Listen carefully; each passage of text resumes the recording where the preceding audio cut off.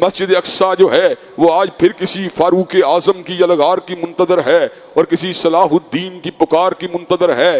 حضرات گرامی قدر، امت مسلمہ کے سوئے ہوئے ضمیر کو فلسطینیوں کی آہیں اور سسکیاں جو ہیں وہ جگانے کی کوشش کر رہی ہے، لیکن سویا ہوا ضمیر جاگ نہیں رہا۔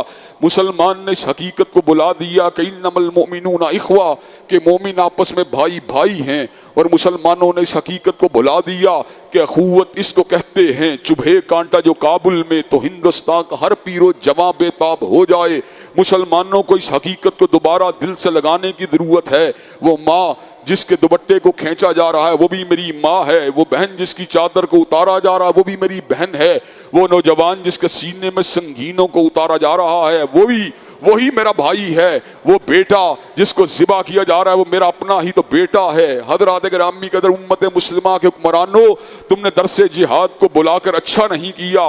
حضرت علامہ نے بجا طور پہ کہا تھا تجھ کو بتاتا ہوں تقدیر امم کیا ہے، تجھ کو بتاتا ہوں تقدیر امم کیا ہے، شمشیر و سناول، تجھ کو بتاتا ہوں تقدیر امم کیا ہے، شمشیر و سناول، شمشیر و سناول، طاؤس اور رباب آخر۔ حضرات گرامی قدر، افسوس کی بات یہ ہے ہم نے اللہ اور اس کے رسول کے پیغام کو بلا دیا، نتیجتاً کیا ہوا؟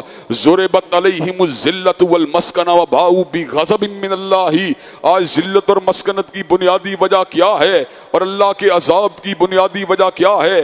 ذالک بانہم کانوا یکفرون بآیات اللہ ویقتلون النبیین بغیر الحق ویقتلون الذین یامرون بالقسط من الناس۔ اس کی بنیادی وجہ یہ ہے کہ ہم آیت اللہ کو جھٹلانے والے ہیں، ہم انبیاء کے پیروکار اور ان کے جانشینوں اور ان کے ورثاء کو شہید کرنے والے ہیں، اور ہم زمین کے اوپر گناہوں اور یورس کو بپا کرنے والے ہیں۔ اللہ تبارک و تعالی ہمیں صحیح معنوں میں اپنی اصلاح کرتے ہوئے اپنے حقیقی دین کی پلٹنے کی توفیق دے۔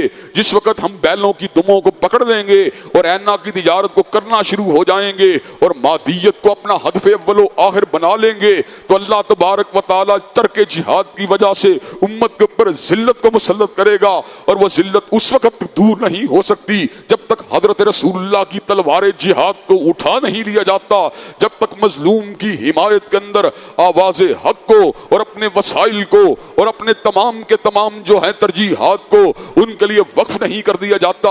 اور اس ضمن کے اندر ایک آخری بات کہہ کے اپنی بات کو ختم کروں گا، ان اللہ اشتری من المؤمنین انفسهم واموالهم بان لهم الجنہ۔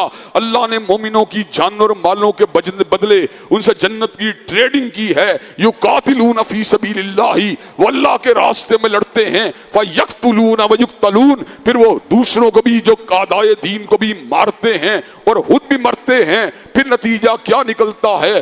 وعدن علیہ حقن فی التوراۃ والانجیل والقرآن، یہ اللہ کا سچا وعدہ ہے جو اللہ نے تورات کے اندر بھی کیا ہے، انجیل کے اندر بھی کیا ہے اور قرآن کے اندر بھی کیا ہے۔ ومن اوفی بعہدہ من اللہ فاستبشروا ببیعکم الذی بایعتم بہ، اور اللہ سے سچا وعدہ کسی کا نہیں ہو سکتا۔